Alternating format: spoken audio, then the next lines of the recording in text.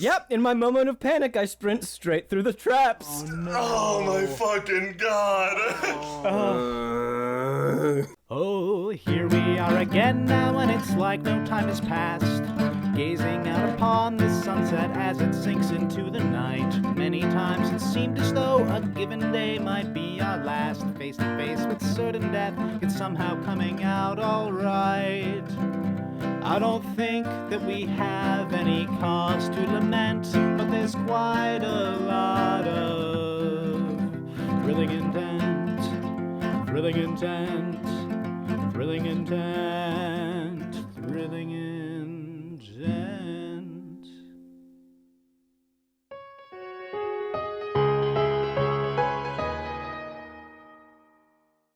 You have a split instant as a fucking concussion mine just goes off. In your mutual faces, your eyes just start fucking swimming. You stumble to the side, Gregor's suddenly too heavy for you.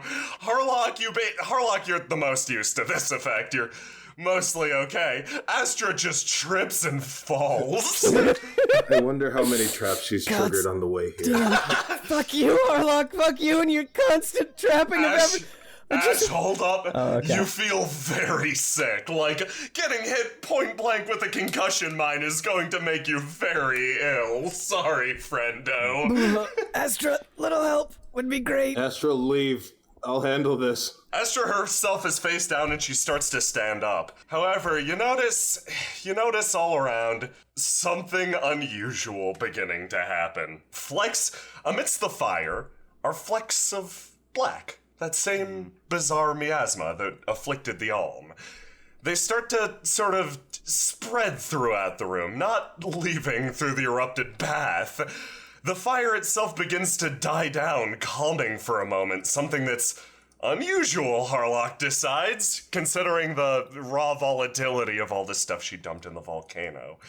The miasma begins to surge and form, creating a minuscule figure that begins to let out a tiny and disgusting moan. What the fuck? Whoa, something knocked me reconscious. For why?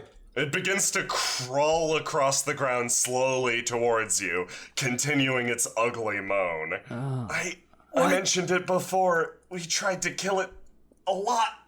Oh, sorry. Really hurt. Using many different methods. Nothing we found worked. It just kept coming back. What the fuck?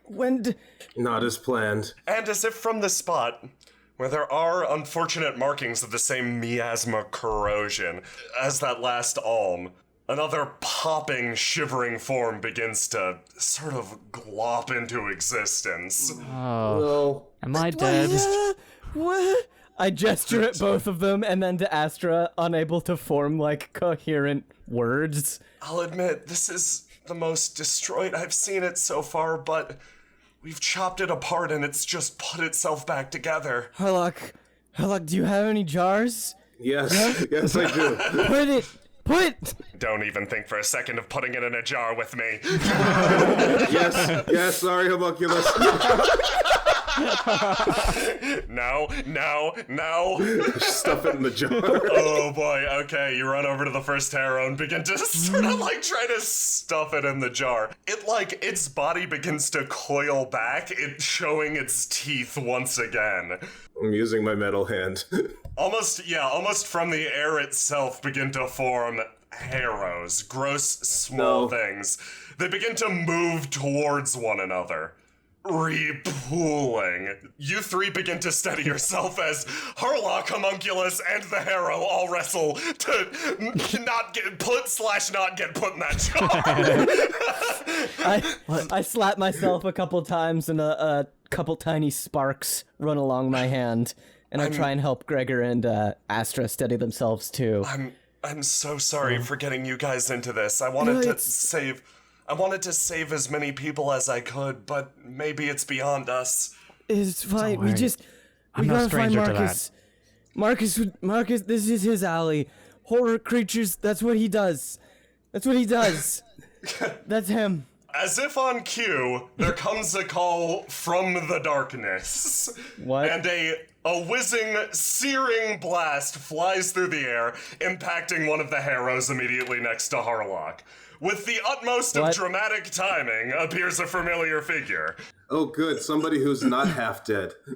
Markus ambles into the room. Eyes wide with heroic glory, they then narrow in utter disgust. Oh, what the hell is that? It's a harrow, Markus. It's really bad. It's horrible. We shot it out of the volcano in this. It's horrible. Markus is already conjuring up Eldritch Blast after Eldritch Blast, chucking it across this giant lava pit and just trying to plaster these creepy little beings into ever tinier pieces. Still pretty concussed. I stumble over. I stumble over, pass by Astra using her as a looting post, and then stumble onto Markus. Can you do that thing? The thing that you did when we fought Jin, where you made yourself shoot the big darkness? Maybe. I don't know if that's a good idea right now. Oh, fuck, it's hot in here. Oh, fuck, it's gross in here. What are you guys doing? We're trying to help the diplomacy. Oh, you guys look like shit. Okay, Markus, big goddamn heroes moment. Markus takes a few more steps forward, considers turning full demon form, then thinks back to all of the tiefling cultists and decides against it. Markus places one hand on his hip, puts the other hand in the air, and flares a fragment of his demon soul to life. An old favorite? We'll see. Not yet. Oh, my plan did work. What? What plan? No, never. Thog. Thog, it. Ashe, are you okay? What the hell happened? I got hit by a concussion mine. I grab Thog by the vest and kind of open his jacket a bit, reach in, grab his flask, and start drinking. Well, I've got this one in my hand, so I'm just going to throw it into the pit. You whirl around and lob the small harrow into the pit, where it disappears with a loud thunk and a sizzle. With a wee moan. The other harrows begin to reconstitute themselves. Markus, your demonic soul flares to life. Markus steps forward, summoning the effect of the violin cleaver. Reaching into one sleeve, he pulls out an ebony fiddle, places it up against his chin, and begins to play a sorrowful dirge that grows in intensity and tempo, getting ever faster. Knives of shadow start to appear out of thin air, slicing the creatures into ever smaller pieces. Until finally, wielding the violin like a baseball bat, Markus attempts to bat them all towards this central fiery pit. Markus, as you begin to attack these creatures, you feel the noise in your head growing louder and louder. Something about these creatures seems odd to you. You hear the It's almost getting in the way of your playing. Almost. You think, as they fling towards the burning abyss. Meanwhile, Ashe and Thog just hands Ashe his hip flask. Yeah, okay. Well, it seems like you guys have had a time. What can we do to help? Bad time. So that thing's the harrow. No. That's the thing that's been eating the alm. I don't know how much we need to catch you up on. Nearly indestructible, it seems. That is Astra. She's the alm princess queen. She's a queen. You're a queen? It turns out. Yeah, she's a queen. Markus, keep it on. Your Majesty! I kneel and do a nice little bow. This is Harlock. Harlock's here. Hi, Thog. She was hired by Astra. What's been going on with you? Things have been bad for us. Yeah, no, we've had a time. It was interesting, to say the least. We got here. We're here now. Yeah, Markus, good- we're good here now, now. right? This is actually happening. This Good to see you. I pat Yeah, Thog. no, thank you. It's a little shot. Okay, no, it's fine. Yeah, no, this is really bad. This is really. I hate it. We all hated Ashe. We did not have the best time either. Trust me. Thog says, getting a faraway look in his eyes. I pat Thog and then return his flask to him. With flashing non-steel in either of your cases, Markus fends off fleshy scythe with shadow katana. Whoa, Thog, did you see that I made this thing without even thinking about it? I don't even know how I'm fighting right now. Nice moves, Markus. Let's fight this guy off, he says, taking a shot. As an end cap to the cultist tour, this is rather fantastic. Karen says, eating peanuts from an actual peanut container that Markus gave her. Hey, quiet from the peanut gallery.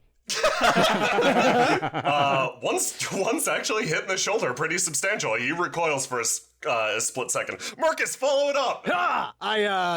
Using the flat of my blade, I beat one spear to one side and attempt to run him through in the stomach area. You do manage to bat his weapon away, and you drive your katana forward, letting out a loud hurrah! Your sword just comically sticks into him like a stage prop. He stops, kind of looks down for a second. You had me for a second there, actually. I thought thought that was actually gonna... okay, never mind. He lets out a flap of his wings and puts distance between the two of you. Damn it! Shoot him again, Thog! Yeah, Markus, what the hell was that? Thog says, reloading his gun. I don't know, okay? I thought about it too hard and I lost Do you just not want to kill the guy? Because that's okay, you don't gotta I murder. want to kill the guy, it's just the swordplay thing, it's a little bit weird. It's like I can do it if I don't think too much about it, it's like I'm unconsciously good at it. Okay, yeah, no, that kind of sucks. Do you not want to fight this guy or something? Not really. If I had a choice, I would not fight this guy. He's gone blood crazy. Look at his eyes. Those are blood crazy eyes, right? Okay, so we're gonna need to do something to deal with that. Or some way to restrain him. I don't know how to make him unblood crazy. I don't even know if that's possible. I'm getting a lot of ideas for our Invasion of the Demons event. You think we could get some people blood crazy around Meadshire? Oh no, we're just fucking giving them ideas. Okay, you got any sort of a plan? He seems like a pretty tough guy. Oh yeah, he's a very, very tough guy. I don't have much of a plan. I can take care of my own bloodlust. Don't know what else I can do for other people's bloodlust. Maybe if I play this obsidian fife. You bust out your actual demon flute and begin to play an actual demon dirge on it. Fucking hell, why did I give this item to you guys in the second session? Thog, Karen, and the Guildmaster all double over immediately. There was never any doubt about that. You offer him a fake sorry and continue on. The cultists begin to peek out one another behind, one after the other from behind the rock, kind of peering around and listening to the tune. You hear the clattering of a crowbar to the ground.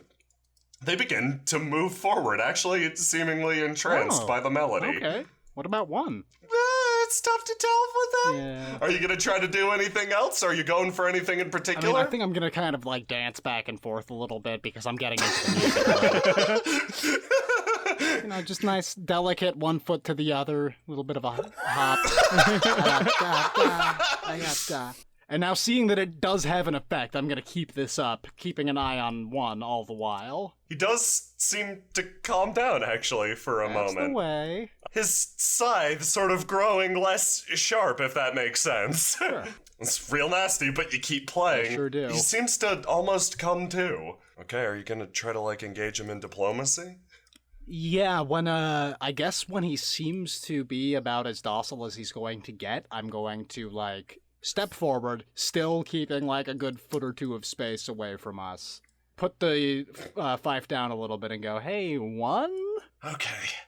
The bloodlust really came over me. Yeah, you got That's super right, the freaky bloodlust. there, okay? You were, I don't know if you're aware of the spear with eyes and eyebrows you're currently wielding, but, yeah. Oh yeah, that's my weapon of choice. That's right. Horrible, but Blood. really stylish. I've got to hand it to you. Weapon of choice, bloodlust, bloodlust. Blood! He suddenly gets excited again. And Yeah, tootly toot toot toot! you aggressively toot at him and he calms down. Wow, okay. This is calming you down a little bit? I'm playing the flute in between every few words. It feels like I've been in a daze the last what's it been, an hour? 2 hours? Why does my throat hurt so much? Well, you've been yelling a lot. You've been Yeah, screaming, lots yeah. of You've screaming. been letting out a lot. It's fine. Very spirited. Everybody's been doing it. It's part of the tour. It's part of the tour. Thug says, nodding at Karen and the Guildmaster. Here's a thought. One, you don't want to be you don't want to be bloodlusting all over the place, right? It's not a matter of one. It's a compulsion. It's a need. Right. But if you had a choice, then you would want to be pretty normal.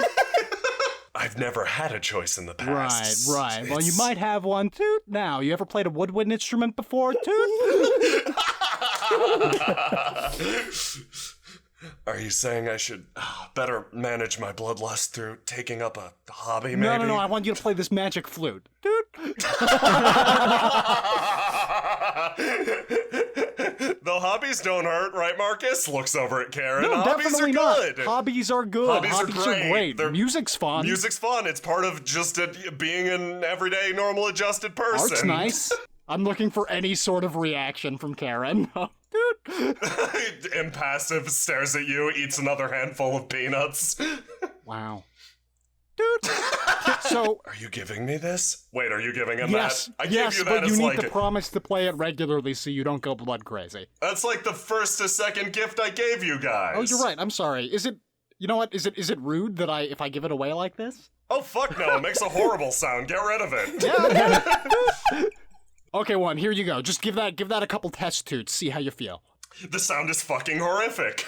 Music to my ears. Just then, as the situation seems to come to a actually peaceful close, you fucker. Hear the rushing and clattering of just fucking something like a great beast moving through the tree line. Oh, that's not a good sound. A great monster rolls from the foliage. Oh, God. Okay, Damn it. just in the nick of Okay, time. Juan, we need you to get blood what crazy is going again. on over here? Are you guys giving each other trouble? I'm a mercenary, you know, kind of like a member of the police around these parts. What the fuck are you doing here? Marcus, I came here to potentially bail you out. I don't need he to be says, bailed out. waggling his gross eyebrows. I don't need your help. I never need your help. Wait, no, that's actually, I meant the opposite. Marcus, I came here for you to potentially refuse. bail me out. He says, waggling his gross eyebrows. What do you possibly need to be bailed out of? Well, it's a long and sordid tale, Gil. Give me the very short and dirty version. Just like I write my books, okay. Well, I was once upon a long yarn ago. I was traveling behind. Just you lay that kind of language on me again, and I'm gonna slap you. Try once more. Dude! One begins to play almost immediately into your ear. I could see you getting overcome with I bloodlust. really appreciate it, one thing. Anyway, so I was totally following your friends. Oh, that's. Because I was looking for you. For revenge, you see? Oh, are we doing this right now? No, Marcus, there's something more important going on than revenge. Once upon about 30 to 40 minutes Slap. ago, I was traveling behind your friends. I was told to wait for quite some time for some sort of a signal, which I then discovered and pursued them towards that direction. He points in a direction. Okay. I was given a very important task by a certain, I don't know what her name is. Didn't get the name. What did she look like? Yes, she had glowing eyes. That's Astra. She said if worse came to worse, I should come down here and retrieve the help of some other mercenaries, Gil. So, wait, are they in trouble? Yeah, probably. We found a whole bunch of bodies. Why the hell didn't you lead with that? Where are they? Point again. Listen, this situation is again. dire enough. Hold on 1 second. I can do something better than point you in the right direction, Marcus. Can Because you see, I talked to one of your friends, and she told me something. Something very important. Okay, I'm pretty sure you pointed in this direction. Come on, Thog, let's go. Immediately Oh in my front God. of you. See, Marcus, she told me that she enjoyed my book. I can do a lot of things. I can be the smarmiest, grossest man in existence. Out of choice, mind you. But I can never disappoint a person who said they looked up to my fiction. Come on, sound it out. Guy. That was weird. Just for her sake, I'm trying to be better. At Wow. least for this next 10 God, minutes. Damn it. Okay. That's actually kind of really nice. Reprehensible. So behold the overwhelming power of Ballast McGee, he says, reaching into his pack. He pulls out a potato sack. A card flashes in his hand. Sack into back. He throws it on the ground. Here's a portal. I hate my life. Fucking kidding me, I say. How do you think I get around so fast? Ballast. I can literally retrace my steps anywhere. Go get him, Tiger. You could break the universe over your knee, and you do this, and you talk like that. Yes. Once I've been to a place, it's incredibly difficult to get me out. I'm like a mold. Anyway, are you going to climb into my sack of mystery or not? God damn it, I guess I am. Let's go, Thog. I go I into guess we're doing Ballast's this sack now. of mystery, putting one foot in tentatively at first. You start to get flushed into Ballast's sack of Oh, mystery. why is it damp? I hate it. As you progress, Karen and the guildmaster kind of look at you. Is this part of the tour as well? No, this isn't fucking part of the not tour. part We're of the climbing tour. into a fucking. We're climbing into a sack. Okay, listen. I don't know how to put this. We're not tour guides. We're not concierges. We're just here to oversee this. We are adventurers. Listen up. And this, he motions in front of himself. This is what we do, for better or for worse. Looks at Ballast. It's for worse. We climb into potato sacks and we cry about it sometimes. It's the way That is life right, is. we climb into potato... Marcus goes the rest of the way into Marcus vanishes. Thog begins to climb into the sack as well. Karen chimes in. It's still a snake adhesive to her fucking face. You know what, Thog? I'm glad you seem to have found a place to fit in. This might sound condescending, seeing as how you're currently descending into that man's mystery sack. Yeah, definitely does. But you seem to have found a place that you're needed, and that's better than, well, what you were doing at our company. So, congratulations, and go get him, Tiger. She says, looking at Ballast Mickey. Please don't do that. Look, I'm not a good adventurer. I don't do what they do. Marcus has some fucking tiefling demonic backstory. Look at this shit. Thug motions over to himself and all the demons. This is every day for us. I'm not an adventurer when it comes down to it. I spent, a good 12 years of my life learning how to push papers and people around. That's my job. It turns out that just happens to be exactly what they need, coincidentally. It's maybe not another adventurer. They don't need another person with a sword and board. They need somebody who's had a day job for once in their goddamn life. He descends further into the bag. The type of person who knows that this shit is fucking ridiculous. Well, good luck. I hope you slay a dragon or whatever you adventurers do. I don't need a fucking slay a dragon. I've dealt with depression my entire life. I'm already badass enough. He says, vanishing. Oh, he's the hero we deserve. Wow.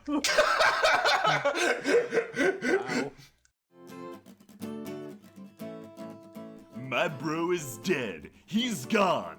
But he's right here on my head and in my heart. He lives on as a part of me. If you're going to smarm to the skies. No matter what's in my way, morally or otherwise, I cannot physically be stopped. Once I've smeared my way through, it means I've won. Just who the hell do you think I am? I'm Ballast. I'm not my bro. I'm me. Ballast McGee.